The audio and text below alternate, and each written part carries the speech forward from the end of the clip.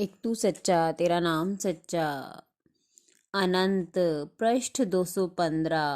सतपुरुष बाबा फुलसंदे वाले कहते हैं, हे परमेश्वर, तुम्हारे संसार के बियाबान में, तुम्हारे ही ध्यान में, तुम्हारे तेजोमय अगाध सौंदर्य में मौन हुआ बैठा रहता मैं प्राणों के संगीत वाग पर गाता तुम्हारे दिव्य प्रेम का गीत।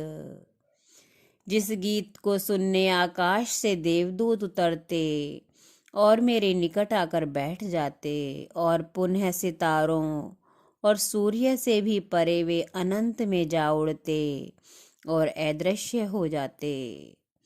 सतपुरुष बाबा फुलसंदे वाले कहते हैं कि परमेश्वर तुम्हारे रास्ते को आसान करे, तुम्हें रोशनी और उजाला बख्शे। धर्म करने का अर्थ केवल ईश्वर स्तुति के गीत गाते रहना ही नहीं है, बल्कि दुखी और दरिद्र लोगों की सहायता करना भी है। तुम उनके लिए सदा प्रस्तुत रहो जिनका कोई नहीं है। तुम उन्हें सम्मान दो जिनको कोई मान नहीं देता। दुनिया में सदा सदा कुछ भी कायम नहीं रहता, ना तो ये जिस्म, ना धन, ना मान, ना ओहदा, ना हुकूमत।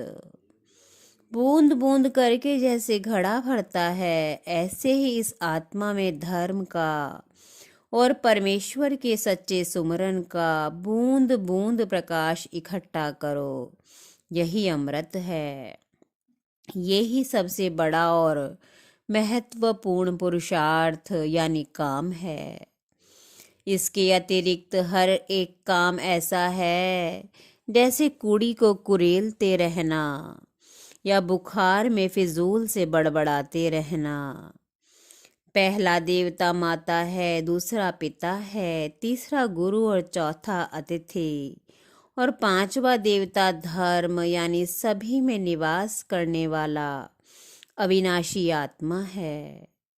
इन पांचों देवताओं का जो भी तिरस्कार या अपमान करता है, वह अपना ही नाश करता है, और जो दान नहीं करता वह भाग्यहीन बना रहता है।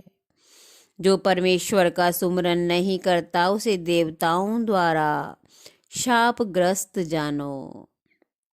जो मनुष्य देह पाकर भी भव से तरने का उपाय न करे, उससे बढ़कर और कोई महामूर्ख नहीं हो सकता।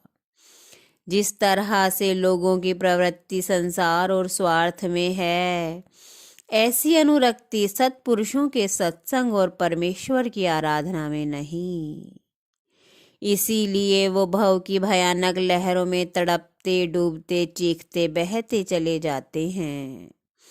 जिन्होंने अपनी आत्मा को परमेश्वर को सौंप दिया है और सत्पुरुषों का यानी संत सतगुरु का साया उन पर सदा बना रहेगा।